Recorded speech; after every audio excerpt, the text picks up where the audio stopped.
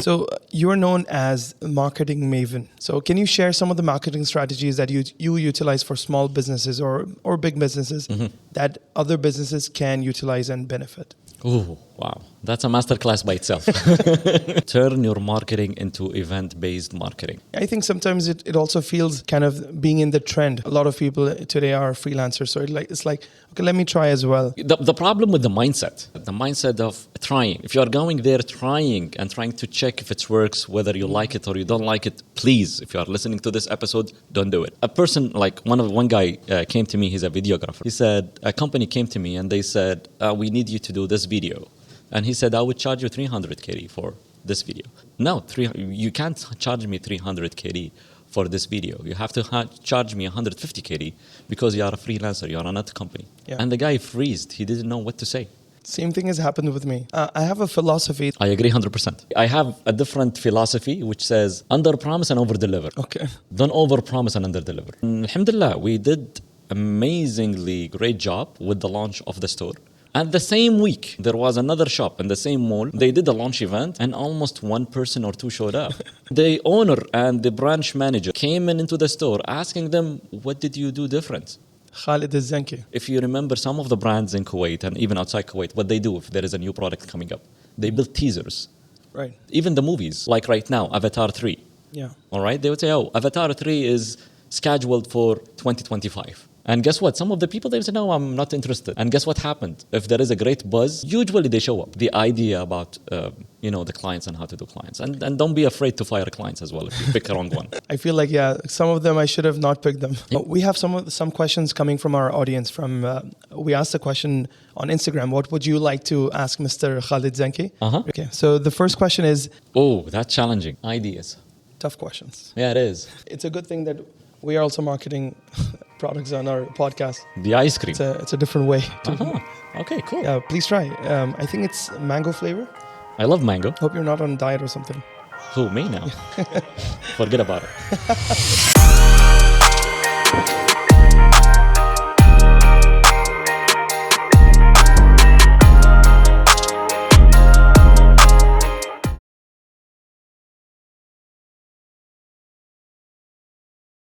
Hello everybody and welcome to yet another episode of Brew with Abdu. In today's episode we have Mr. Khalid Al Zanki and I will let him introduce himself. Hi, thank you so much for having me in your podcast. My name is Khalid Al Zanki. I'm a business strategist focusing mostly on helping businesses to launch their products into the marketplace. And based on my experience and helping so many entrepreneurs and businesses launching their products and campaigns, I became kind of an expert in that field for almost right now 20 years in running business. So that's on a nutshell what I do as Khalid. I started podcasting back in 2015 with Launch on Fire podcast. It was a new concept back then, and today it's kind of a trend that everybody's doing podcasting. And I have a lot of experience in different areas with different things, and I can't wait to really share my experience with you in this episode. Amazing. Welcome to the podcast, brother. Thank you so much for having me. So give us a backstory of your life. How did this journey of being into this company launch and then starting Launch on Fire, where did all of this begin? Well, when I graduated as a computer engineer, I started my career working in College of Business Administration, Kuwait University, in the IT department. And I was responsible back then of managing the website for the college and actually being involved with the IT team and monitoring and actually installing softwares for students and professors in the college back then. And I worked in the government for almost 2 years and a half as a computer engineer because I studied computer engineering. Right. And then a friend of mine who used to work as well in the college, he resigned from college and he went to start working with one of the real estate companies in Kuwait. And after a couple of months, he contacted me, said, Khalid, we need someone in IT that would come to the company and help us really arrange things and fix things because there is a chaos in the IT department and the person who's in charge, he's leaving the country and he's the only person who's really responsible for the IT role in the company. Right. Would you be interested? Nice. I said, well, that's exciting. So I said, yeah, I would love to. So I resigned and I joined the private sector. That was back in 2004. Nice. Okay. That's too long ago. Oh, yes. One of the reasons why I said yes for resigning from the government sector going to the private sector because of lack of leadership in that sector. Okay. So it's a kind of really running away from the leadership in the government, moving into the private sector, maybe hoping there is a better leadership in that sector. Right. So I joined the company. I think I had a couple of interviews in a week, 2 or 3, and then they said you are good to go, so you can join us. So I left the university. I started working with the private sector. Okay. During my my year, because I worked there almost a year, I noticed that still that's not what I wanted. I wanted to do something different. I didn't see myself as a computer engineer who's hooked up to a monitor and a computer and a keyboard, rather than being a people person and really working with people and helping, individuals or organizations more than stuck to the computers and machines. So I started my first business end of 2004 with Leaders Enterprises. I launched my first business. I would proudly say that I'm the first person in Kuwait who was responsible for bringing international speakers to Kuwait to conduct English seminars and workshops for leadership in Kuwait. Nobody was doing that back then because they thought only Arabic seminars is the trend and nobody is interested in English. Right. So that was the biggest challenge for me, how to make this possible. I built a team back then. We launched the business very successfully. And we started doing great job back then. People bet that we will have 20 people in the room. The first seminar we had 375 people in the room, in a riable room. Yeah, was a massive success. Crazy. And they said, Khalid is lucky he did it once. He won't be able to do another seminar. We did that year, I think, 2 or 3 seminars, and we kept doing the seminars till we hit with the financial crisis back in 2008. I had to shut down the business, and in the process of really working and getting the first business off the ground, I started Launch as a company that specializes in helping businesses to launch their product and their campaign. Again, nobody knew what is the term launch and what is it and why it's important to business because nobody understood what is launch back then.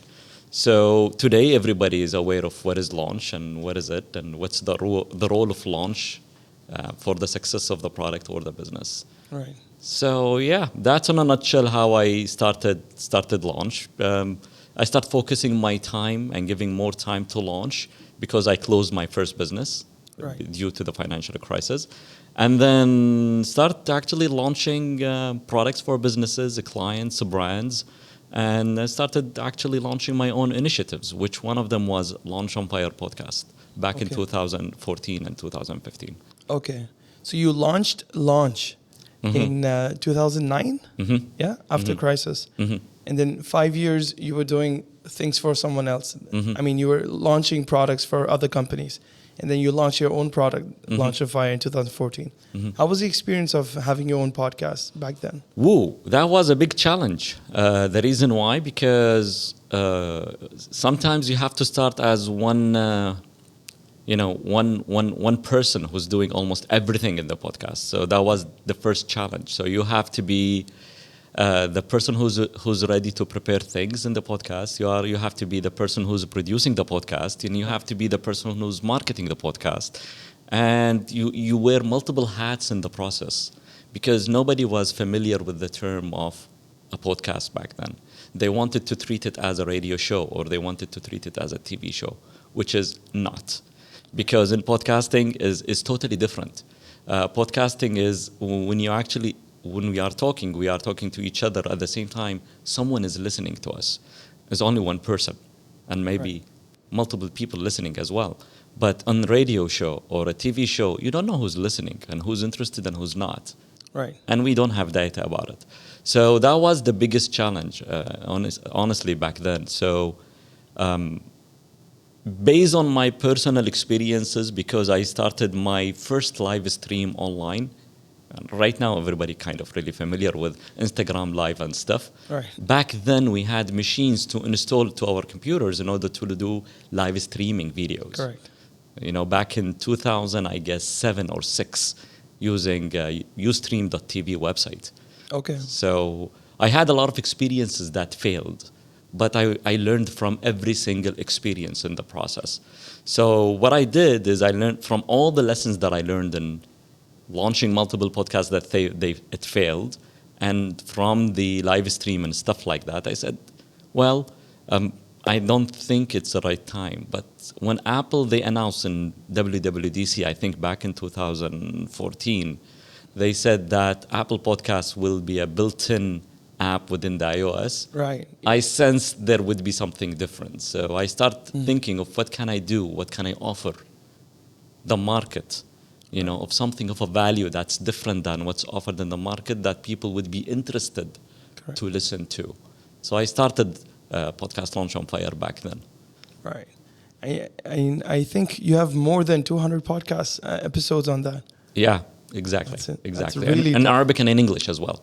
Nice. Yeah, because again, learning the process. When I started the podcast, it's only Arabic episodes, Right. Interviewing business owners to talk about their experience in launching their businesses, their failures, their success, their lessons. And in the process, I got contacted by the U.S. Embassy in Kuwait. They said, well, we've been trying to find venues where we can find entrepreneurs, and we have this event that we would like you to interview some of the staff in the embassy to talk about, American businesses and actually exposing their brands to Kuwait. Wow. I said, That's okay, that's interesting. Yeah. But I never done an English episode in my podcast. They said, well, that would be awesome. You start with us. So I did, I think, with them 3 English episodes. And then I did an interview with the ambassador back then as well. That was very interesting interview. And from that point, we started doing an English episodes, basically, mainly back then, for experts in different fields.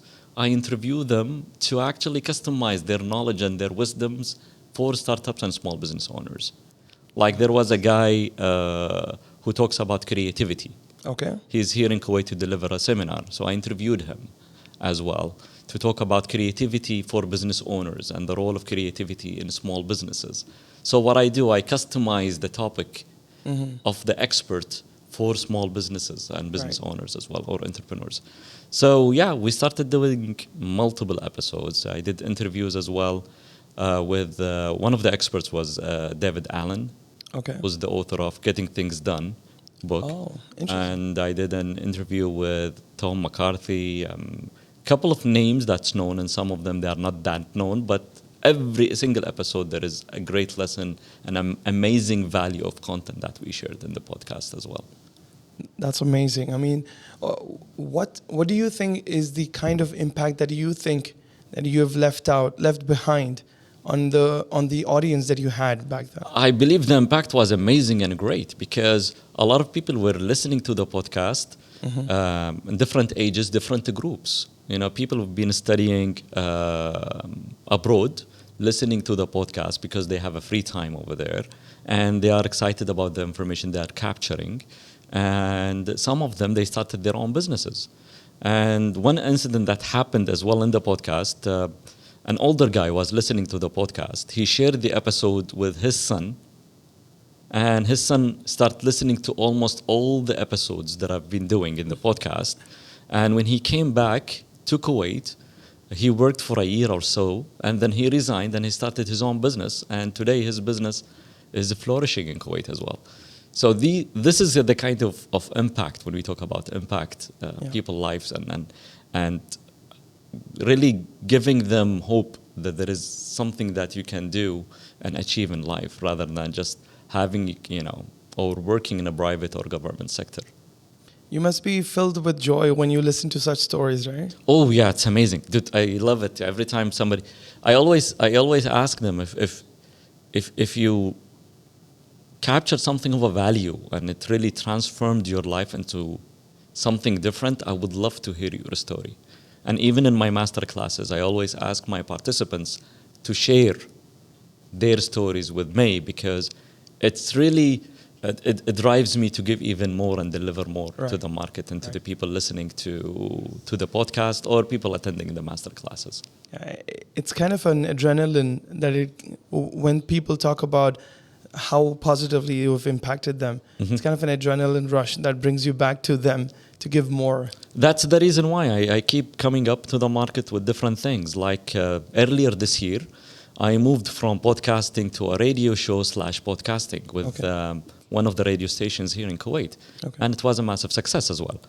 All right, kind of really introducing the idea of podcasting and entrepreneurship to the masses rather than doing it only online. So I do my best as much as I can between time and then to really find ways to reach more audience and try to really change people's lives when they listen to the episodes or listen to the information that we are sharing. Right. You also have this freelance masterclass that aims to support young entrepreneurs in Kuwait. Can you talk about that? Well, the masterclass is basically helping freelancers to take what they do as a skill or as a talent and building business around it. Because most of the freelancers, when they start doing freelancing, they try to really experiment. They don't know where to start and how to start and what to do.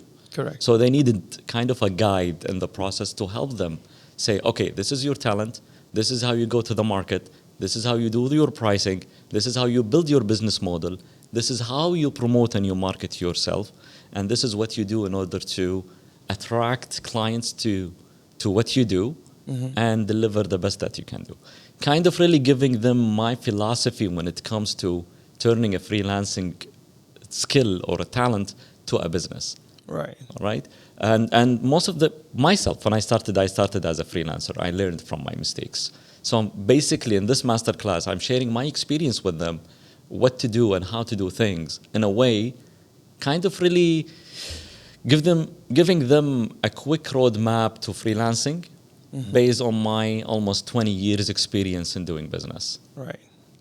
Because I know people, they started the freelancing for a year or two and then they shut down their skills. Yeah. So in the masterclass, I opened the masterclass with a question. Are you doing freelancing as a hobbyist? This is the type number one. So it's just a hobby. I want to try it out. I want to see if it's work, if it doesn't work. You work based on your mood. Today you are in the mood to do something, tomorrow not. Correct. Or you are doing it as a business owner, which is the second type. So if I usually what I do my best to really distinguish between the both types. Because if you are a hobbyist doing freelancing, most probably you won't stay longer in the field. That masterclass is not for him. Yeah, it's basically, yes, masterclass is not for you.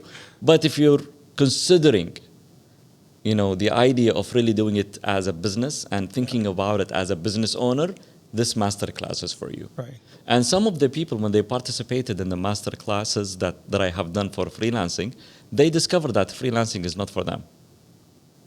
Right. I'd rather be an employee working part-time or full-time rather than going through the stressful process of trying to do multiple things in different ways. I think sometimes it also feels kind of being in the trend. A lot of people today are freelancers, so it's like okay, let me try as well.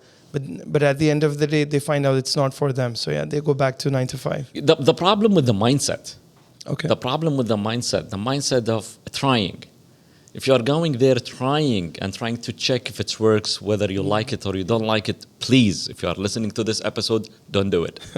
All right? But if you want to deliver value with the talent or skill that you have and you want to serve others and serve clients, yes, you would do a better job than trying to see if it works or not. And also, the differentiation of drive comes into play. People who just try, they don't have that level of drive to go into and bring it all. Whereas people who want something out of it, they have that kind of drive and that pushes them towards it. Exactly. And what you said is totally right.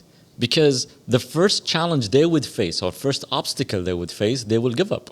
Right. They said, "You know what? This is it. I'm not gonna do it. I never thought it's a stressful process." And if they stumble upon really bad clients at the beginning because they did a wrong selection for the client, because one of the things I teach as well in the masterclass is how to qualify the lead and really make sure that this business or this person is the right person to serve. Right.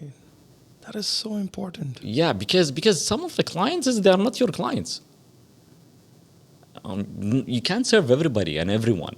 I think I'm in a masterclass right now. Oh, that's beautiful, because honestly, this is what I learned over the years.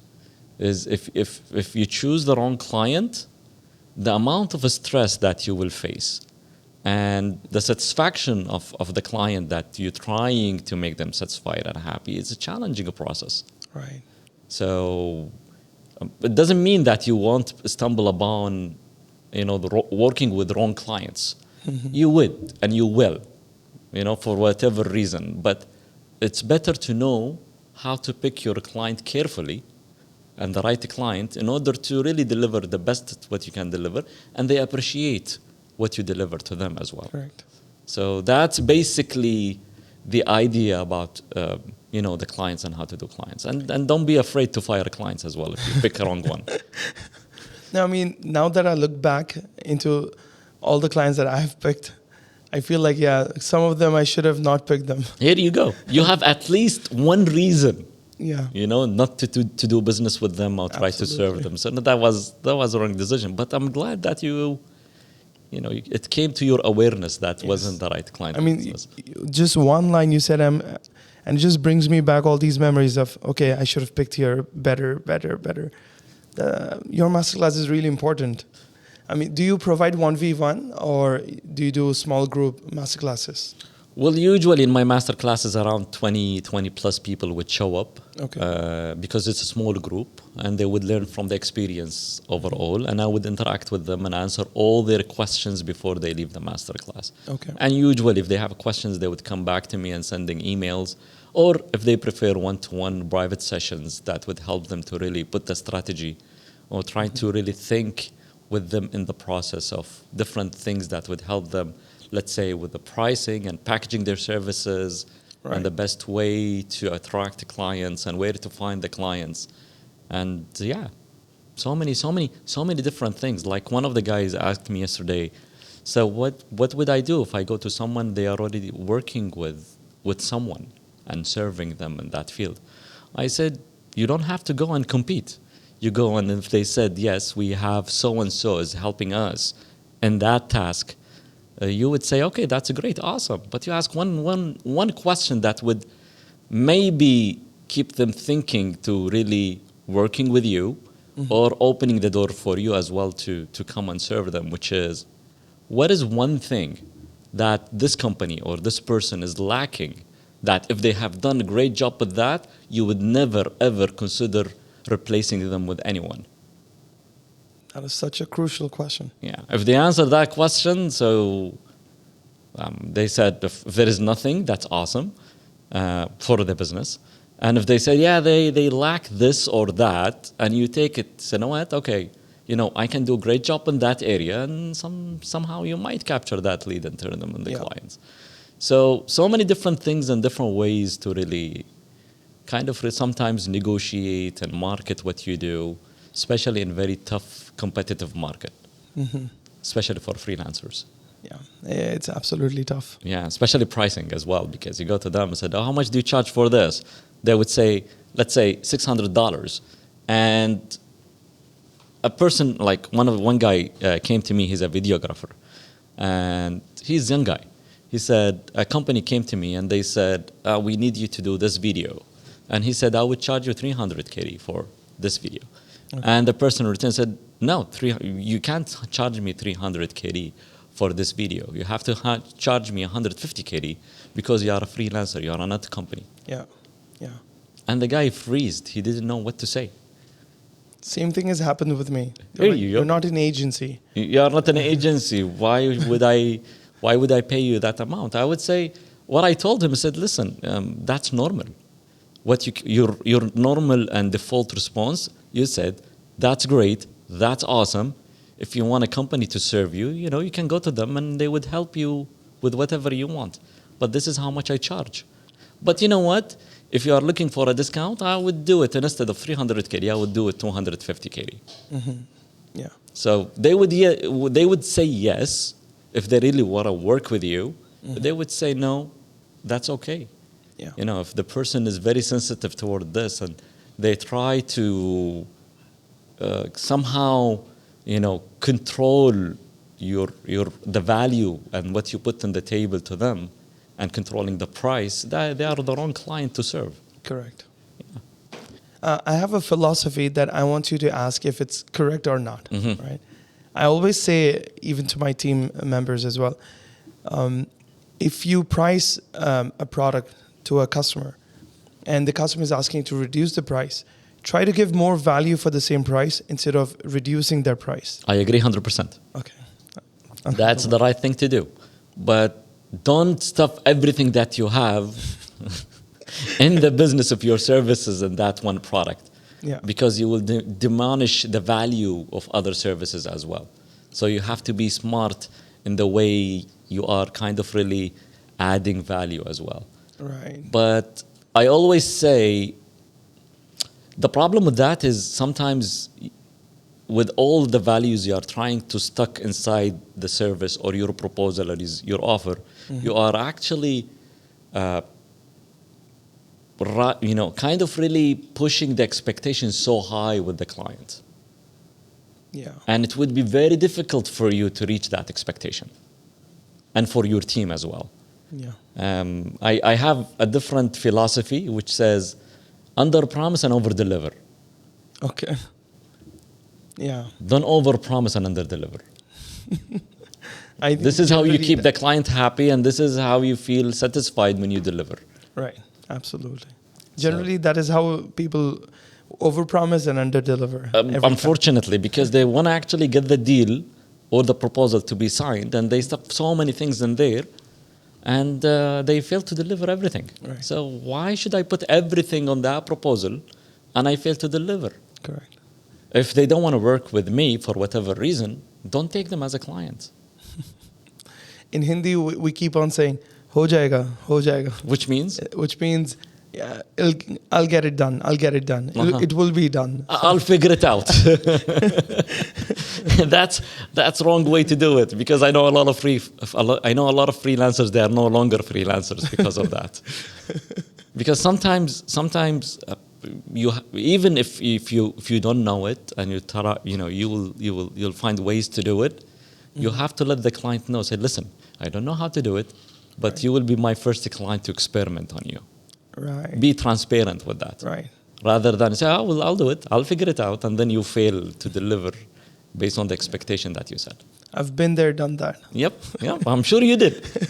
I'm sure you did. A lot of freelancers, somehow they would stumble upon that. Yeah, absolutely. Yeah. So you're known as a marketing maven in Kuwait, and I think in the world as well.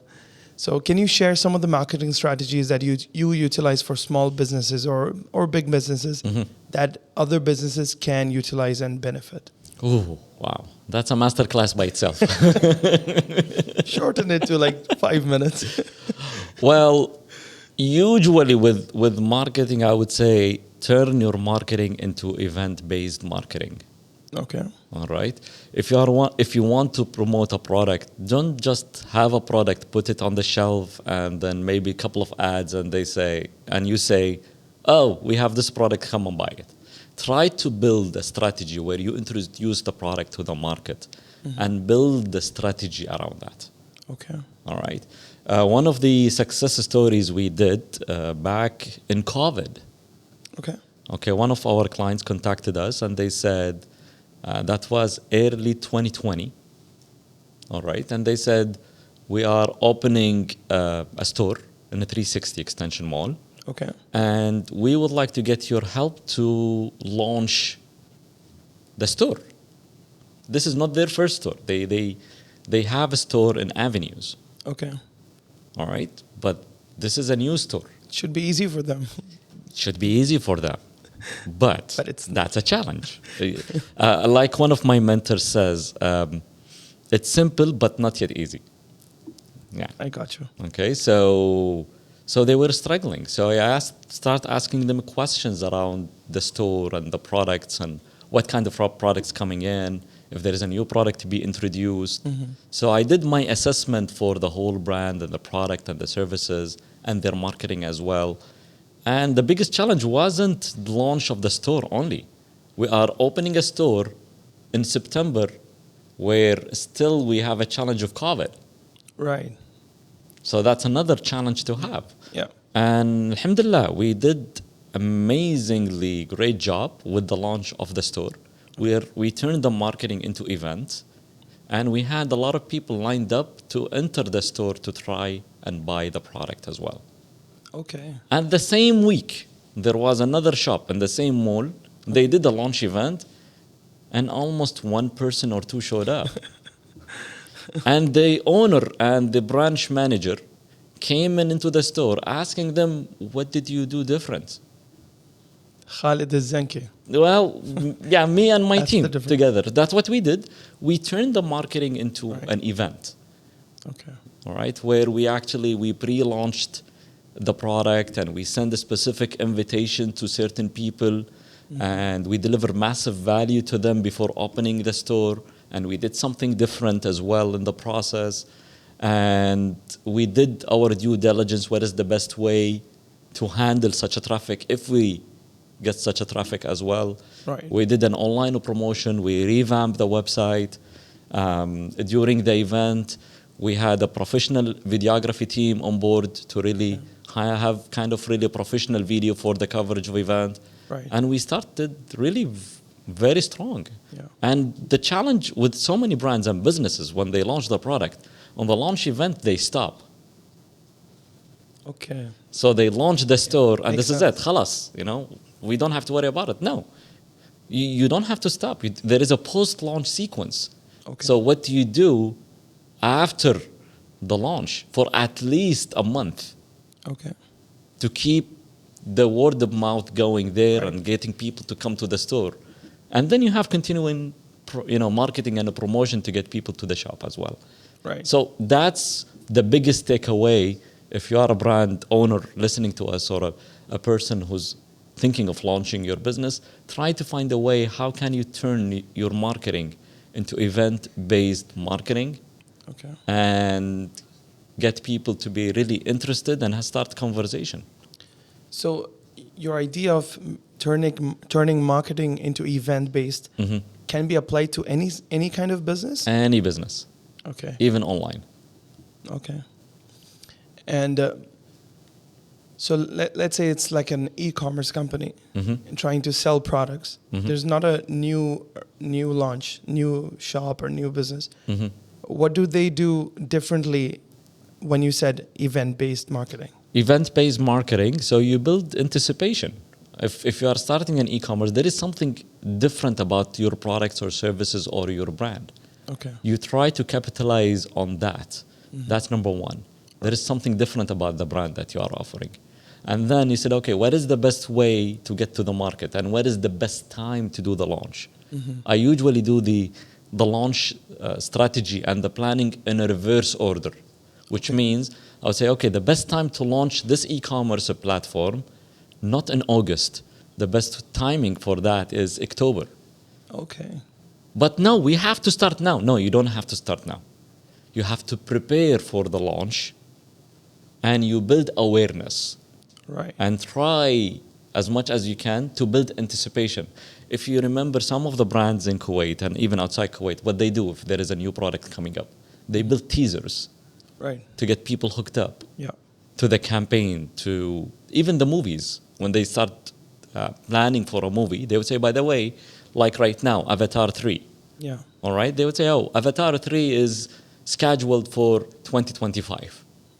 All right? And as we get closer to the launch of the movie, there will be so many different press releases, so many news and trailers about the movie to get people really interested to show up Right. and watch the movie.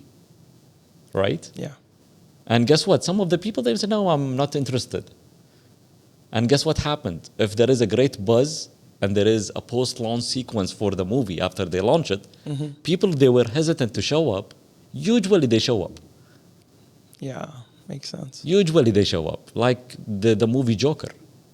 When they launched it, there was so many hypes around it. Okay. And it's one of the best movie that has been done, and they generated massive amount of revenue from that movie. And that's the reason why they consider doing, I think, another movie out of Joker as well. Okay.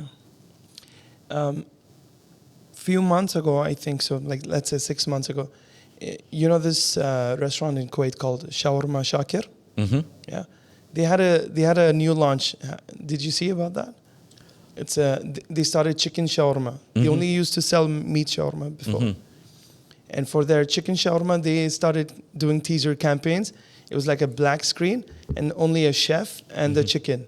But it was just a silhouette. So they would make campaigns all around the country.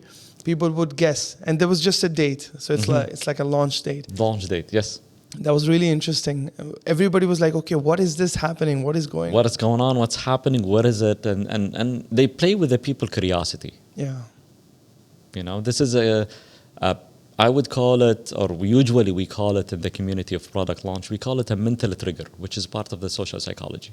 Okay. Okay, people are curious to know more. Right. Right? Absolutely. So some of the people, they are curious to know more. If they don't know, they would ask people around, what is it? Have you seen this ad?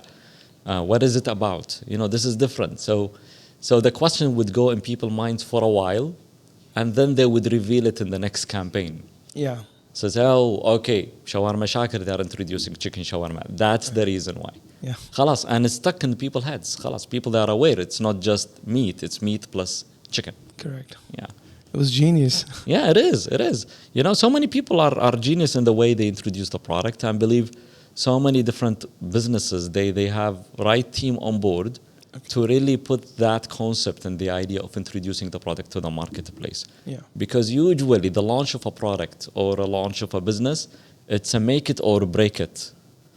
And you don't have something in between, whether you make it or you break it. And if you break it, it would be a challenge to fix it later. But if you make it right, khalas, you establish yourself as an authority in the market, and based on that, people, they would say, awesome, great job. Yeah, we really like your product, we like your service, and we want more of it. Right. Have you fixed any company that was broken after the product launch? Some of them, yes, and some we failed to really fix them. Okay. Yeah, because if they are broken, and most of the time they are broken and they don't have cash to invest in marketing. Right. And it's kind of really a ship that's sinking, but we can't do anything about it. Right. And sometimes we don't accept them as a client even. Okay. I say, no, sorry, we can't help because it's too late. Yeah. You waited so long to fix. Because sometimes entrepreneurs, they're trying to figure it out by themselves. And they will try experimenting different things. In the process of trying and experimenting, they will burn a lot of cash in the process. Yeah, absolutely. And when they come to us, it's sometimes it's too late, and we can't help. Yeah. And I know a company, they've been doing massively amazing job on a monthly basis. Okay. And there was a dip in their sales and declining in marketing as well. And they waited almost 9 months. Wow. Said, oh, wow, we need help right now because kind of really it's the numbers really going down in a way it's even below break-even point. Right. So why you notice there is a decline in sales, you notice there is a decline in revenue. You've had to ask for help earlier. So yeah, it is interesting dealing with businesses, especially the small ones and medium-sized businesses. Large corporations is It's different ball game. different ball game. It's a different challenge. So let's talk about innovation. I mean, how can companies innovate in terms of technology and marketing and try to use new ideas, new trends to stay ahead of the game? That's a challenging question. I don't want you to be so innovative if you are running a business. Okay. All right. Interesting. Yeah, because you will be experimenting with the new things and new ideas, and you don't know if it works or not, Right. unless Right. unless you have the budget and you are willing to experiment. All right, but when we talk about technology today, is enabling us to reach more audience, more client, and today. A lot of businesses, they focus on whatever platforms is available for them. Like in Kuwait is number one is Instagram, for example. Correct. So they consider Instagram is the place to go to, and they put all their cash and their investment of time and effort into that. Right. But the question to those guys is, what if Instagram closes down or shut down? Right. What would you do? So what I would recommend usually to entrepreneurs and businesses is part of innovative and technology strategy is develop your online platform, develop your website, and do a great job in delivering the service or the product that you're delivering using the platforms, and try to use tools that would help you get more clients and get more businesses, and kind of really surprise your customers with whatever things that you're offering them and get them to buy more from you. Right. So this is the best way. Use the available tools in the market today in order to attract and serve your clients and making them kind of loyal customers. They come back to you by buying more or referring others to buy from your business. Right. So basically you're saying don't put your eggs, all your eggs into one basket. Definitely. Have different platforms. Definitely. But the core place that you need to invest your time and effort in, whether you are a small business or large corporation today, is your website. Okay. Because people are searching for the products or services online today. Yeah. All right. And with time, people won't search. There will be a personal digital assistant that would help people to search. So if you don't have enough information in your website, Right. that's a challenge. Yeah. Tomorrow you might ask Siri to buy things for you. Right. You don't buy things, but you would ask Siri, buy for me XYZ. She would go check the stores available. She would pick the right price for you and get it delivered to your home without you going to the website and purchasing. Is your business ready for that today? Yeah. That's important. Yes. If you're just selling on Instagram, Siri will not be able to pick up your items from Instagram. Yeah, that's important. Yeah. Even with whatever Instagram is doing today, Instagram, they are trying right now to replicate Instagram on WhatsApp as well. Okay. If you go to WhatsApp right now, you have catalogs and different things they are trying to introduce to bring WhatsApp somehow closer to Instagram. But again, you are investing your cash and money in platforms that is not owned by you. I want you to really invest more into your online platform and your own website, because this is the place that you own and you control as well. Right. Yeah, and that is absolutely important for all the small businesses, especially to have their own platform working. I remember I started a small shoes business online, and I was running ads on Instagram trying to sell from home. And one day Instagram just restricted my page. Oh, why? I don't know. They were like, okay, you don't meet our policy, stuff like that. And I was interesting. awestruck, yeah. That's interesting. Did you connect with them? Did you contact them? Yes, I sent them an email from Instagram. I submitted requests and stuff. So yeah, I mean, I've been there. Yeah. So, this could happen for whatever reason. Yeah. Well, if Instagram likes you and likes your post, they will push it. If they don't like you, they don't push your products and your account to the people. Right. So your life and your business is controlled by an algorithm. That's it. Right. So if the algorithm likes you, you will be a superstar. If the algorithm doesn't like you, you can't reach your customers or potential clients or potential customers to your business and your products. Right. And this is the risk. That's the risk today that you would have as a business owner. Right. What do you think of AI in terms of utilizing the technology in businesses? Ooh. I think AI will change the way we do things today. Okay. All right. I've been experimenting with AI in different venue, different places. Okay. What I noticed is it's very smart tool to be used in daily business activities, and it would shorten your time incredibly in a way that instead of investing half an hour, for example, to write an email, you'll get an email and you would edit it in 5 minutes. This is how crazy it is. But it's a tool in the making. So the tools like ChatGPT is becoming smarter. Yeah. From version to another version. Correct. I have seen a podcast or an interview in YouTube channel called A Diary of a CEO. They interviewed an ex-Google guy. His name is Muhammad. And he was saying that the IQ of current ChatGPT-4 is high.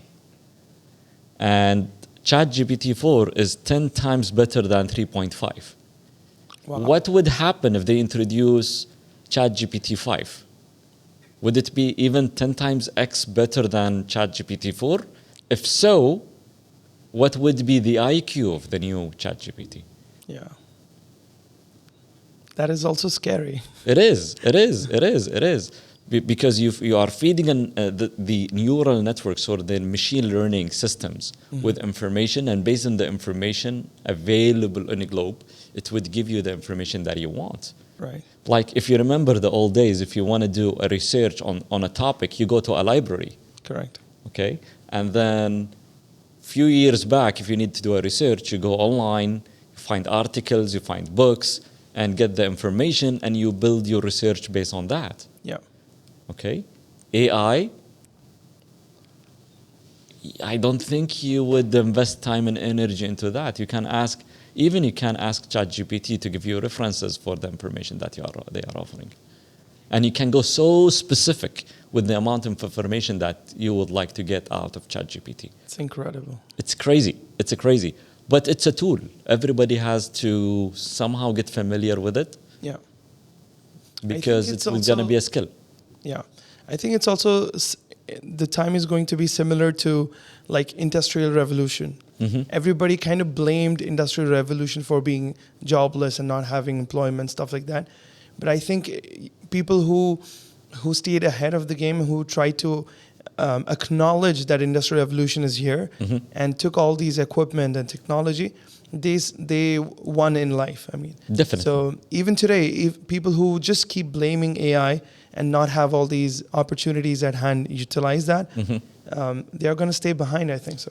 I think one day when you go, or anybody goes to a job interview, one of the questions they would be asking is, do you know how to use ChatGPT as a skill? If no, most probably a person who has a skill would be hired. You won't be hired. Right. So that's how crazy it is. It's not just ChatGPT and other stuff that's happening, like Adobe right now with Photoshop. Yes.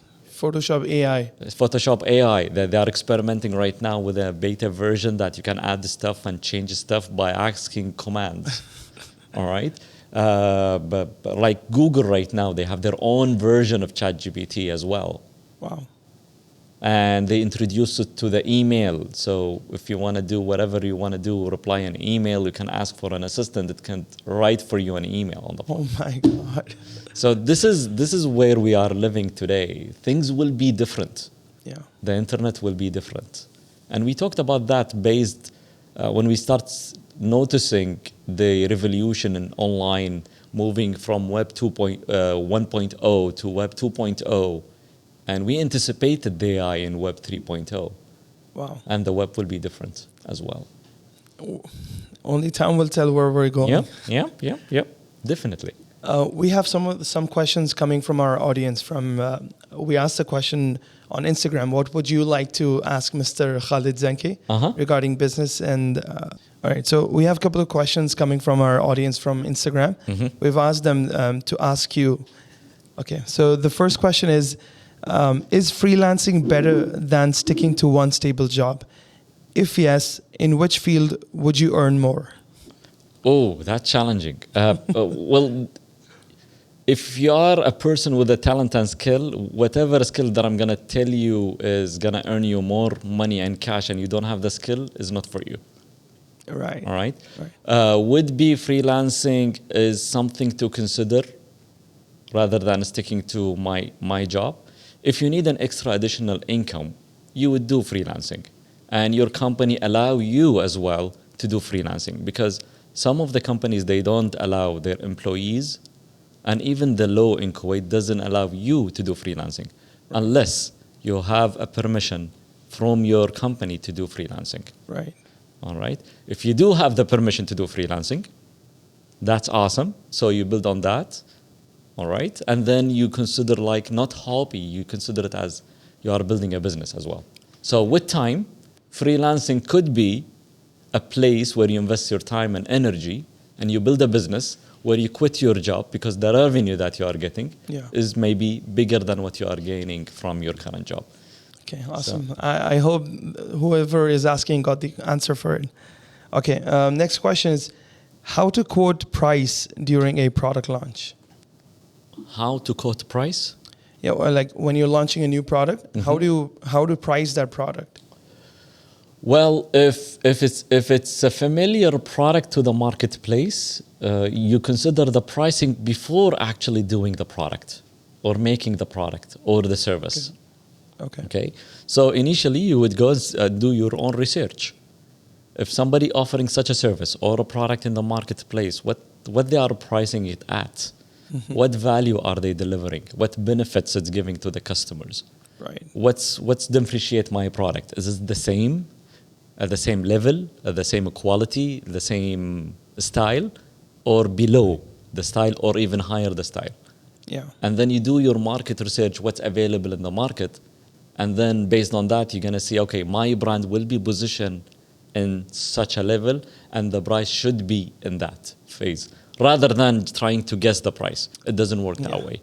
Yeah. If the market is selling something, a service, let's say, in $100. And you would say, I'm coming with the same service, $300. Why should I pay? I pay $300 for similar service in the market, right? Which is $100. So I would save as a customer. It doesn't make sense to offer that. So it depends on the market. So you need to do your market research first and define exactly which level are you competing with the product. Are you mid-level? Are you luxurious level? Or actually you are affordable brand you want everyone to buy? Right. Interesting. Yeah. All right. The last question is ideas we can implement so our product can stand out in marketing during launch. Ideas. Tough questions. Yeah, it is. Usually it depends on the product and it depends on what differentiates the product. Which means if the product is not offering something unique, all right, and then there is no use.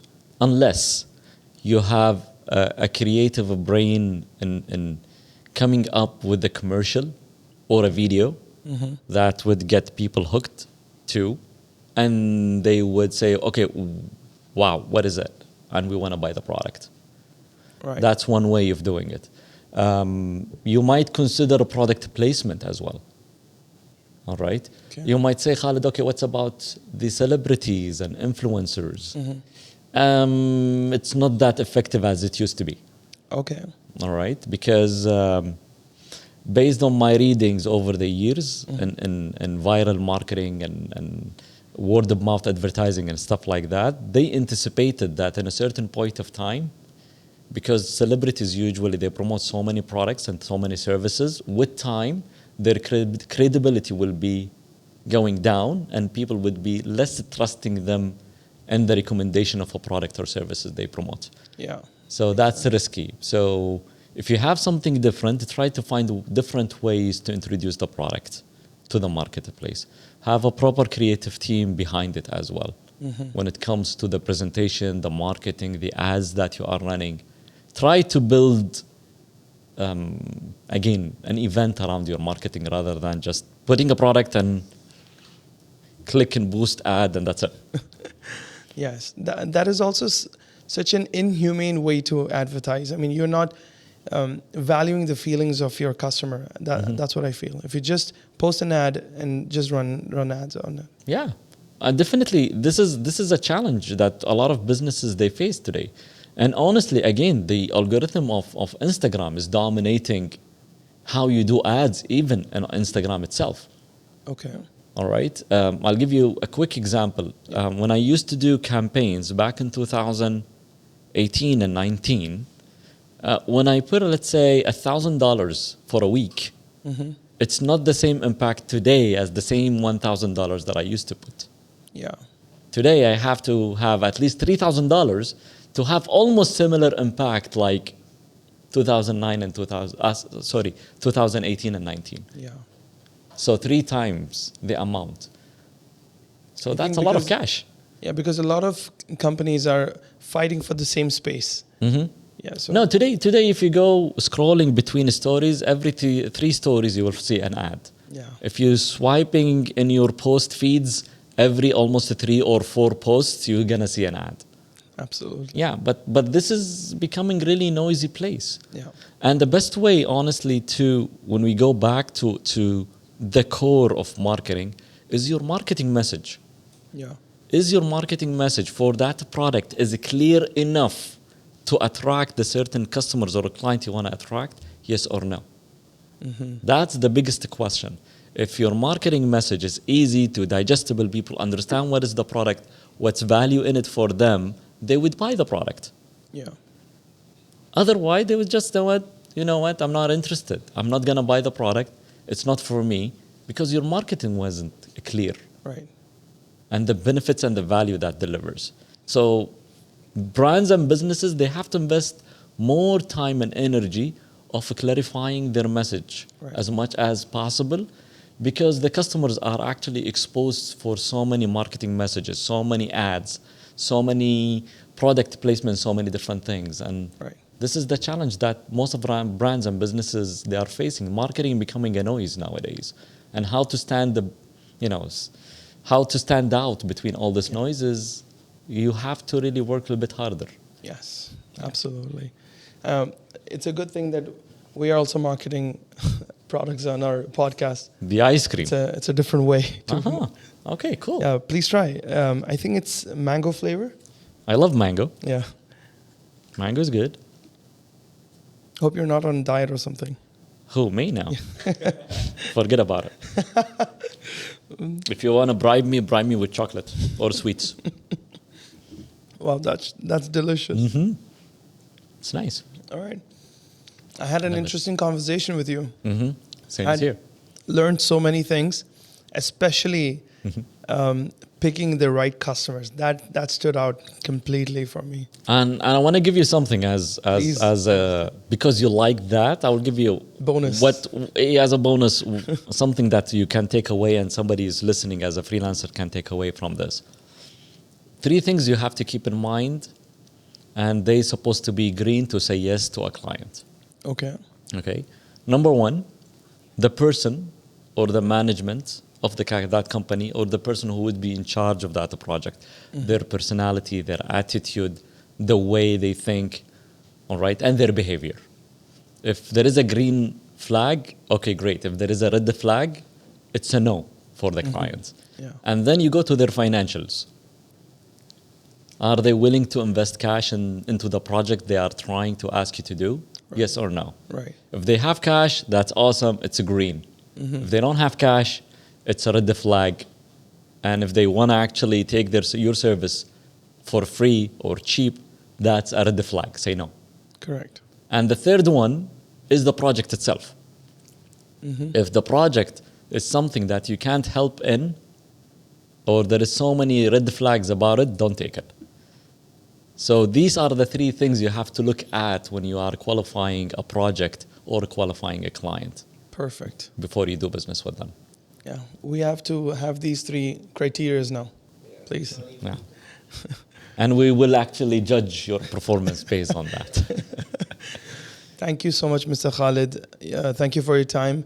Thank you for your knowledge as well. Thank you so much for having me, and I wish I have delivered good value to your listeners Amazing and your value. podcast. Amazing value. The pleasure is ours to have you here. Same is here.